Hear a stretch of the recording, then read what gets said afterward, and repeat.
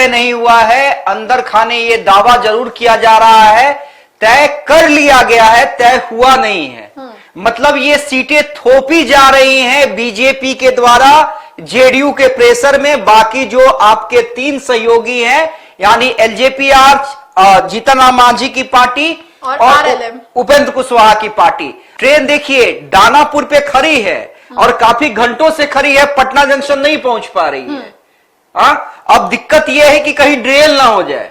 तो मांझी तो ये भी कह रहे हैं ना कि अगर मुझे मान्यता प्राप्त सीटें नहीं मिली तो मैं चुनाव ही नहीं लड़ूंगा। बड़े बड़े चैनल ब्रेक कर रहे हैं कि 22 सीटें 23 सीटें मान जाएंगे क्या चिराग पासवान। और मानना रहता नंदिनी, अगर मानना रहता ना तो इतना ड्रामा ही नहीं किया जाता। और जब मीटिंग चल ही रही थी तब भी मैंने एक खबर ब्रेक किया कि चिराग पासवान ने कह दिया है, फरमान सुना दिया है, इतनी सीटें चाहिए, ये चीजें चाहिए, ये सीटें चाहिए। मतलब सीट की संख्या में बात नहीं कर रहा हूं भाई, हमारी जो बता रहे हैं कि ये सीट चाहिए। चिराग पासवान को फोन किया गया, चिराग पासवान ने कहा कि मैं पटना आके नहीं मिलूंगा, मैं मुंबई में हूं, पटना जाकर आपसे कोई मिलेगा तो हमारे प्रभारी, चुनाव प्रभारी और मेरे जीजाजी जमुई के सांसद अरुण भारती मिलेंगे। मुझे जाकर मिलना होगा तो मैं अमित शाह से जाकर मिलूंगा, जेपी नड्डा से मिलूंगा, प्रधानमंत्री मोदी जी से मिलूंगा, नरेंद्र मोदी से मिलूंगा या नीतीश कुमार से मिलूंगा।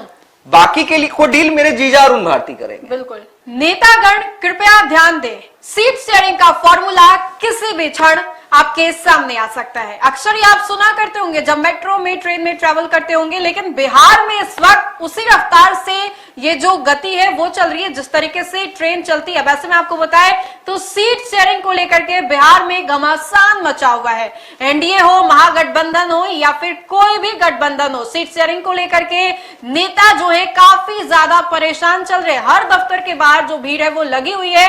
लेकिन इस वक्त हम लोग बात करेंगे एक ऐसे विषय पर जो कि काफी ज्यादा ताजा है। सीट शेयरिंग से पहले नेता जो है कई मुंह भी फुलाए हुए, नाराज भी है। ऐसे नेता नाराज है जिसको लेकर के उम्मीद भी नहीं लगाया गया।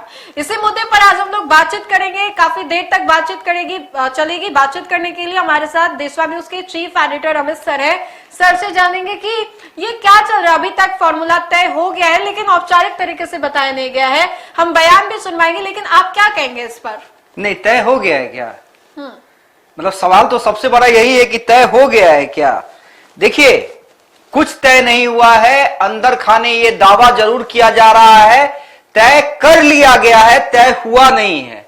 मतलब ये सीटें थोपी जा रही हैं बीजेपी के द्वारा जेडीयू के प्रेशर में। बाकी जो आपके 3 सहयोगी हैं, यानी एलजेपी जीतन राम मांझी की पार्टी और आरएलएम उपेंद्र कुशवाहा की पार्टी। आपने ट्रेन का जिक्र किया, ट्रेन देखिए दानापुर पे खड़ी है और काफी घंटों से खड़ी है, पटना जंक्शन नहीं पहुंच पा रही है। अब दिक्कत यह है कि कहीं ड्रेल ना हो जाए। ये बहुत बड़ी बात मैं कह रहा हूं।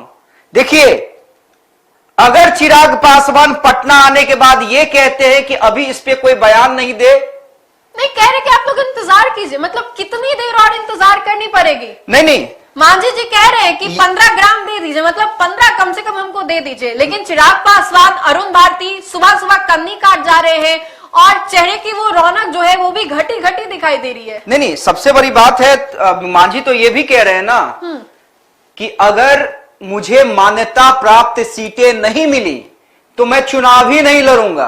लेकिन एनडीए में रहेंगे। एनडीए में रहेंगे भाई। जब एनडीए को आप अपना वोट बैंक, अगर मांझी चुनाव नहीं लड़ेंगे तो जाहिर सी बात है जो उनको चाहने वाले लोग हैं, जो उनके कार्यकर्ता हैं, जो उनका वोट है, क्या एनडीए को जाएगा? क्या बिल्कुल नहीं। एनडीए में रहेंगे और चुनाव में नहीं लड़ेंगे तो एनडीए को फायदा क्या और नुकसान होगा? बिल्कुल, वो वोट तो आपका गुस्सा के और महागठबंधन की ओर चल जाएगा। तो देखिए, ये तमाम चीजों जो हैं वो हो रही हैं।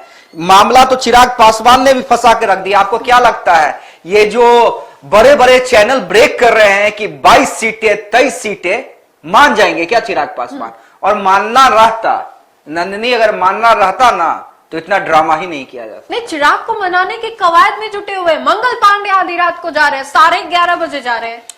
दिल्ली में भी उनके आवास पर जा रहे हैं, पीछा नहीं छोड़ रहे हैं। जहां जहां चिराग वहां वहां बीजेपी के बड़े बड़े नेता। अच्छा, आपको पता है कि क्या कुछ हुआ इन 3-4 दिनों में? अब एक एक सीक्वेंस में बताता हूं। और अगर हमारी खबर गलत है तो मैं तो कहूंगा बीजेपी, जेडीयू, चिराग पासवान, किसी भी पार्टी के कोई नेता हमारी खबरों का खंडन कर दे। देखिए, जिस दिन धर्मेंद्र प्रधान पटना में मौजूद थे उस दिन क्या क्या हुआ।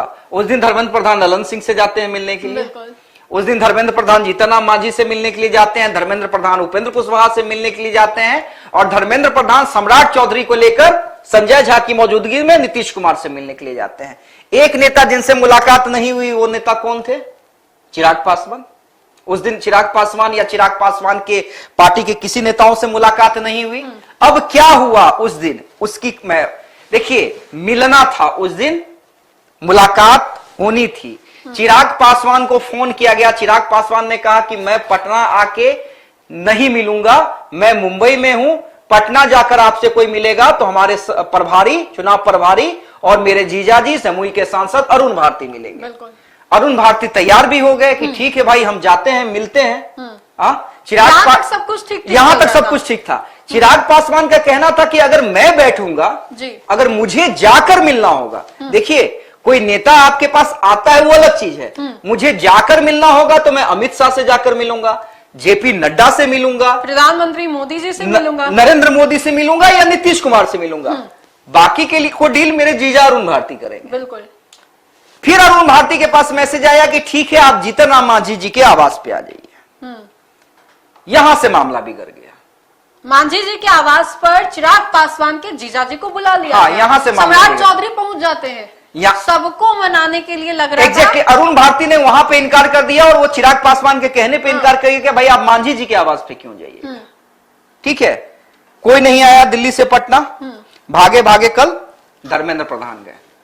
धर्मेंद्र प्रधान गए, विनोद तावरे गए, और जब मीटिंग चल ही रही थी तब भी मैंने एक खबर ब्रेक किया कि चिराग पासवान ने कह दिया है, फरमान सुना दिया है, इतनी सीटें चाहिए, ये चीजें चाहिए, ये सीटें चाहिए। मतलब सीट की संख्या में बात नहीं कर रहा हूं भाई, हमारी जो बता रहे हैं कि ये सीट चाहिए, कहा तो ये भी जा रहा है कि दानापुर को लेकर के चिराग की नाराजगी है।